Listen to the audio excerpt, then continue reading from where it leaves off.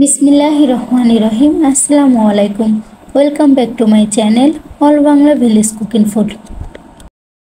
আজকে আমি রান্না করব হাতে মেখে ইলিশ মাছ ভুনা।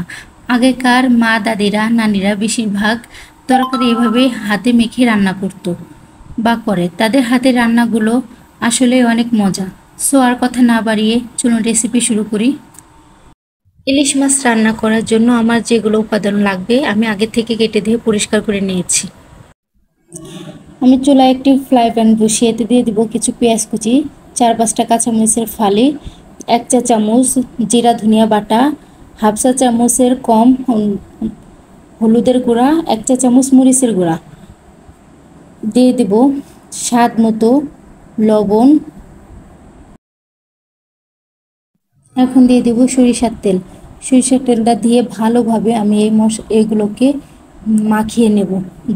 এই মশলাটা যত মাখাবেন তত তরকারিটা মজা লাগবে। 1 মিনিট ধরে আমি চটকে চটকে মশলাগুলো মাখিয়ে নিয়েছি। এবার আমি ইলিশ মাছগুলো দিয়ে আলতোভাবে মশলার সাথে মাখিয়ে নেব।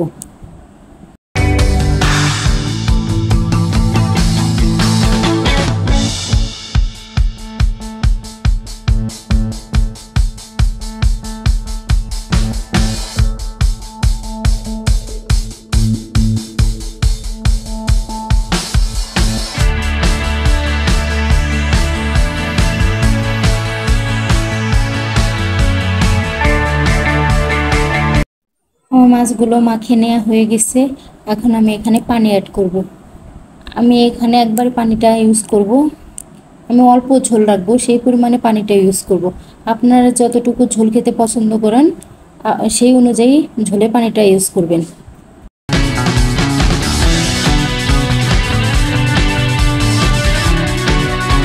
আমার পানিটা অ্যাড করা শেষ। এখন আমি ঢাকনা দিয়ে ঢেকে দেব। ঢেকে দিয়ে রান্না করব।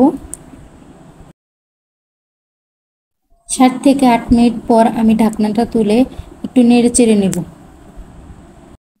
এখন আর ঢাকনা আমি ইউজ করব না।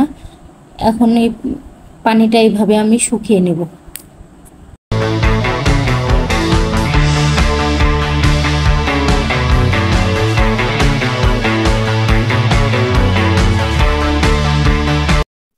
যখন হালকা তেল দেখা যাবে উপরে তখন আমি এই চুলাটা অফ করে দেব। ব্যাস তৈরি হয়ে গেল আমার মজাদার হাতে মাখা ইলিশ মাছের ভুনা। ধন্যবাদ সবাইকে আমার ভিডিওটি এতক্ষণ দেখার জন্য। আমার ভিডিওটি যদি ভালো লেগে থাকে অবশ্যই আমার চ্যানেলটি সাবস্ক্রাইব করে লাইক কমেন্ট শেয়ার করে দিবেন। ভালো থাকবেন, সুস্থ থাকবেন। দেখা হবে নতুন কোনো রেসিপি নিয়ে। আল্লাহ হাফেজ।